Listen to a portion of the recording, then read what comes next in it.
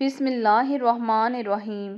اللہ کے نام سے شروع جو بہت ہی بڑا مہربان نہایت رحم والا ہے۔ السلام علیکم۔ امید کرتے ہیں کہ آپ لوگ خیریت سے ہوں گے۔ آج اس ویڈیو میں بتائیں گے کہ مور کو جنت سے کیوں نکالا گیا۔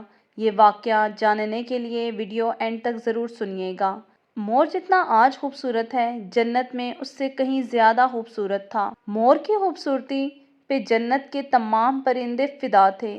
مور سے ایسی کون سی خطا ہو گئی، ایسی کون سی غلطی ہو گئی جس سے اللہ تبارک و تعالیٰ نے مور کو جنت سے نکال دیا۔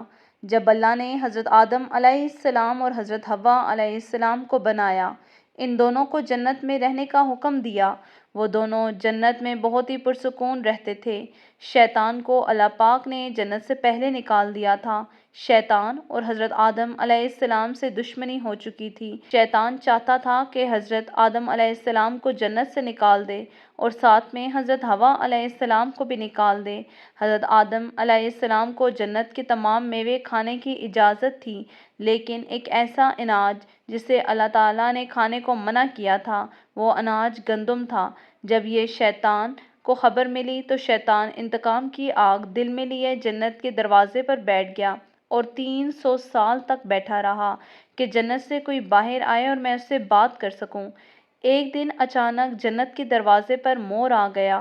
شیطان اس کو دیکھ کر بہت خوش ہوا۔ شیطان نے کہا، تم کون ہو؟ اس نے کہا، میں مور ہوں۔ مور نے کہا، تم اپنا تعارف کرواؤ۔ شیطان نے کہا، میں عالم کروبیاں کا ایک فرشتہ ہوں۔ میں اللہ تعالیٰ کی عبادت سے ایک پل بھی غافل نہیں ہوں اور میں چاہتا ہوں کہ جنت کے اندر جاؤں، وہاں کی نعمت اپنی آنکھوں سے مشاہدہ کروں۔ شیطان نے کہا، تم مجھے جنت کے اندر لے جاؤ، میں تمہیں 3 ایسی باتیں بتاؤں گا جس سے تم بیماری اور بڑھاپا نہیں آئے گا، تم ہمیشہ جنت میں ہی رہو گے۔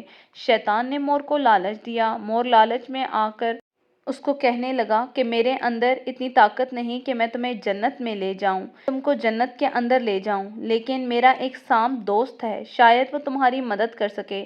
شیطان کی ساری باتیں سانپ کو بتائیں۔ سانپ بہت خوش ہوا اور شیطان کو مور نے منہ میں چھپا کر جنت کے اندر لے لیا اور شیطان اپنی چال میں کامیاب ہو گیا۔ فرشتوں کو یہ پتا ہو گیا کہ شیطان جنت کے اندر داخل ہو گیا ہے۔ سبھی فرشتے شیطان کو جنت سے نکالنے لگے۔ تبھی اللہ تعالیٰ کا حکم ہوا کہ شیطان کو جنت میں ہی رہنے دیا جائے۔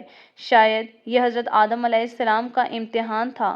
شیطان حضرت آدم علیہ السلام کے پاس پہنچا اور محبت کا اظہار کیا۔ حضرت آدم علیہ السلام شیطان کو پہچان نہ سکے۔ ماضی کے مقابلے میں شیطان کی شکل تبدیل ہو چکی تھی۔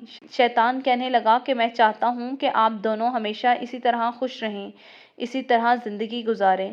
حضرت آدم علیہ السلام شیطان کی بات بہت غور سے سن رہے تھے۔ شیطان کہنے لگا، اگر آپ دونوں گندم کے دانوں کو کھا لیتے ہیں تو آپ دونوں ہمیشہ جنت میں رہیں گے۔ حضرت آدم علیہ السلام کے دل میں اللہ کا خوف تھا اور گندم کھانے سے انکار کر دیا۔ حضرت اماں حوا علیہ السلام شیطان کی باتوں میں آ گئیں اور گندم کے دانے کو کھا لیا۔ اماں حوا علیہ السلام حضرت آدم علیہ السلام کو بھی کھانے پر راضی کر لیا۔ جب دونوں نے گندم کا دانہ کھا لیا تو ان دونوں کے جسم سے جنتی لباس اتر گئے۔ وہ دونوں بھاگنے لگے۔ اللہ تعالیٰ کی نافرمانی کرنے پر حضرت آدم علیہ السلام کو جنت سے نکال کر سری لنکا میں اتار دیا گیا اور حضرت حوا علیہ السلام کو جدہ کی زمین پر بھیج دیا گیا۔